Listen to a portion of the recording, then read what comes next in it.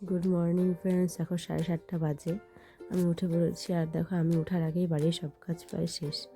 আমার মা বাসন সব ধুয়ে টুয়ে রেখেছে, আর দেখো আমার দিদিও উঠে কিন্তু সেটা কাজ করছে। তো মা আর রান্নাবান্না করেনি, কালকে রাত্রেই খাওয়ার ছিল, ওগুলোই গরম করে নিয়ে চলে যাচ্ছে কাজে। আর ভাগনা উঠেই কাঁদছে, মা চলে গেছে বলে ওকে দিয়ে কাজে। দেখো না, চোখ চল চল করে কাঁদছিল। আমার কাজকর্ম নাই বলে আমি স্নান করে পাঁপড় ভাজা নিয়ে খেতে বসে পড়েছি। আর কালকে রাতে লোক কম এসেছিলো, তাই সব খাবার বেঁচে গেছে। আর দেখো জামাইবাবু চলে আসছে সকাল সকাল বাড়ি থেকে, আবার মেয়েকে নিয়ে খেলা করছিল। আর আমি মেয়ের জন্য একটু খাবার বানিয়ে নিয়েছি, মেয়েকে খাবার দিয়ে দেবো। জামাইবাবুকে পায়েস আর মুড়ি দিলাম, মেয়েকে খাইয়ে দিয়ে আমি নিজে খেতে বসে পড়েছি। তো খেয়ে নেই, তাতে করে খিদেও পেয়েছিল।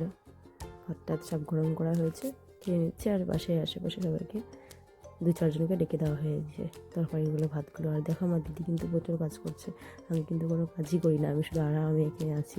আর দিদি আসলে বেশ আমার একটু ভালোই সুবিধা হয়, আমি এটা হুকুম দিতে পারি। আর দেখো দুপুর প্রায় হয়ে গেছে, 11:30 প্রায় বাজে। আমার মেয়েকে স্নান করে দিয়েছি, এখন ঘুম পাড়িয়ে দেবো। আর দেখো মেয়ের ঘুম থেকে ওঠার পরে বৌদি আসছে আমাদের বাড়িতে। আর দিদি কার সাথে কথা বলো তুমি? ফোনে কার সাথে কথা বলো? তো এখন আবার ওকে একটু খাইয়ে দিয়ে পরে আমি নিজে খেয়েতে আবার রেডি হয়ে পড়তে লাগে বিকেলে বাড়ি যাওয়ার জন্য। আর দিয়ে দেখো খাওয়া দাওয়া করে আবার বাসন মাজছিল। তো দেখো মেয়ে এত বিরক্ত করে বাবাকে, বাবা পারে না, বয়স হয়ে গিয়েছে না বাবার। ব্যাগ কিন্তু গুছিয়ে রেডি করে রেখেছি, আমিও রেডি হয়ে গেছি। তো মা আজকে তাড়াতাড়ি চলে এসেছে, 4টা বাজতে বাজতে। তো চলে যাবো, দেখে মন খারাপ হচ্ছে, ভালো লাগছে না কিছুই।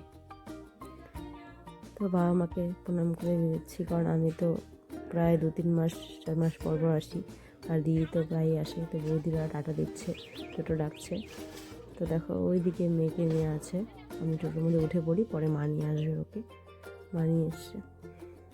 বাড়িতে আসলে কী করে যে সময়গুলো চলে যায় বুঝতেই পারি না। বাড়িতে আসলে পরে শ্বশুরবাড়ি যাওয়ার সময় হয়ে যায়। আর মেয়েদের তো এটাই জীবন, বাপের বাড়ি শ্বশুরবাড়ি যাওয়া আসা। মেয়েদের নিজেদের কোনো ঘর হয় না, বাপের বাড়ি আর এক শ্বশুরবাড়ি। চলে আসলাম শ্বশুরবাড়িতে। দেখো আসার সময় প্রায় চোখ দিয়ে জল পড়ে গিয়েছিল মাকে দেখে। তো বাড়ি এসে ঘরটা একটু গুছিয়ে নিলাম, জামা কাপড়গুলো গুছিয়ে নিলাম।